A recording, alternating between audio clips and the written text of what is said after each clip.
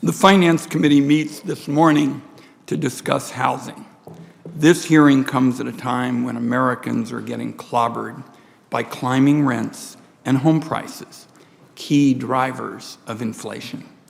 Data released last week showed that rents increased in June at the fastest rate since 1986. Buying a home is getting more expensive.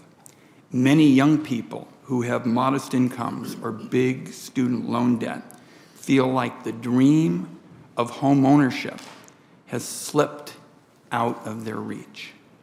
The root cause is the United States isn't building enough housing. It's been that way for decades, and the shortage is affecting citizens and cities all over America. For example, my hometown of Portland has skyrocketing rents and low supply of suitable housing. It's also an issue, though, in Central Oregon, Southern Oregon, and Eastern Oregon, where they can't build enough housing fast enough to keep up with demand. I'd be willing to bet that every member on this panel is hearing the same story.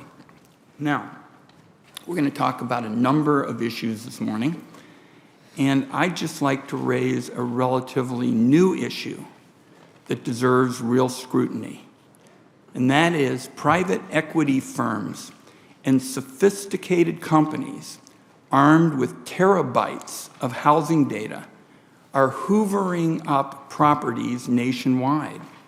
They're jacking up rents.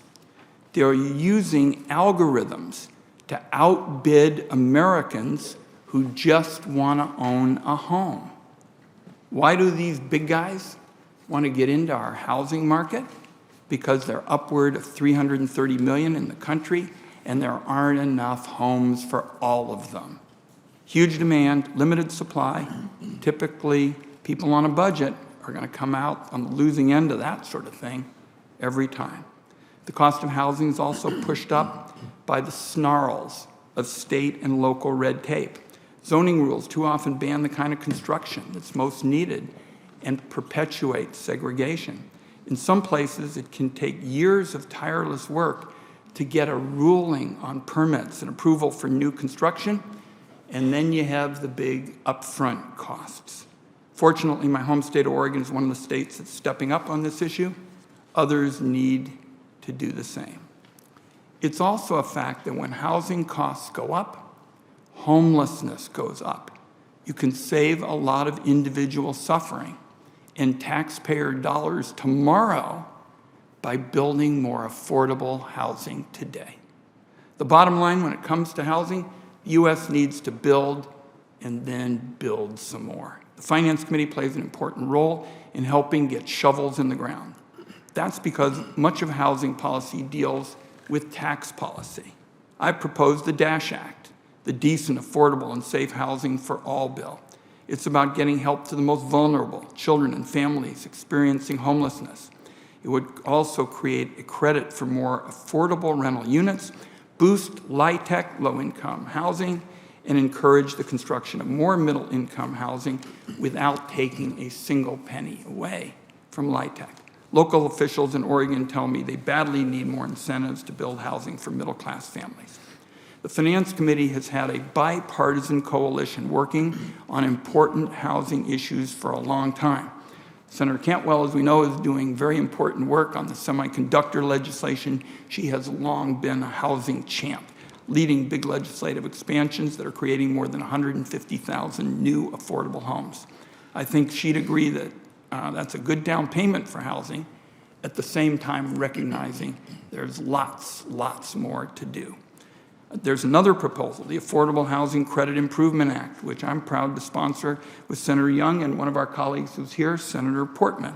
That bill adds even more punch and even more flexibility to build even more housing, an estimated 2 million new units nationwide. Senator Cardin and Senator Portman have also proposed an important bill called the Neighborhood Homes Investment Act that'd be a big magnet for new affordable housing in struggling communities that very much need it.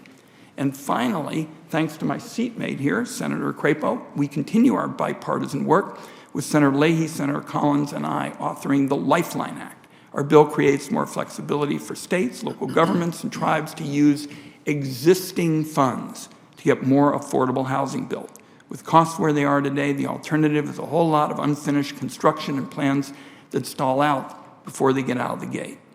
Finally, while there's bipartisan interest in getting this approach done legislatively, Treasury also has substantial authority to accomplish a lot of what we're seeking to do on their own with rule changes. So today we're going to make sure that the direction is getting the Congress and the Treasury Department to move more quickly together, and getting it done will provide important progress, again, in ensuring access to more opportunities for affordable housing. Lots of ideas to talk about. Every member of this committee has an interest in this, so I hope we won't be here eating our cereal tomorrow morning in the finance room, but I can tell you a lot of my colleagues have lots of interest. Look forward to our discussion, and I want to thank again Senator Crapo for his good work on another important issue.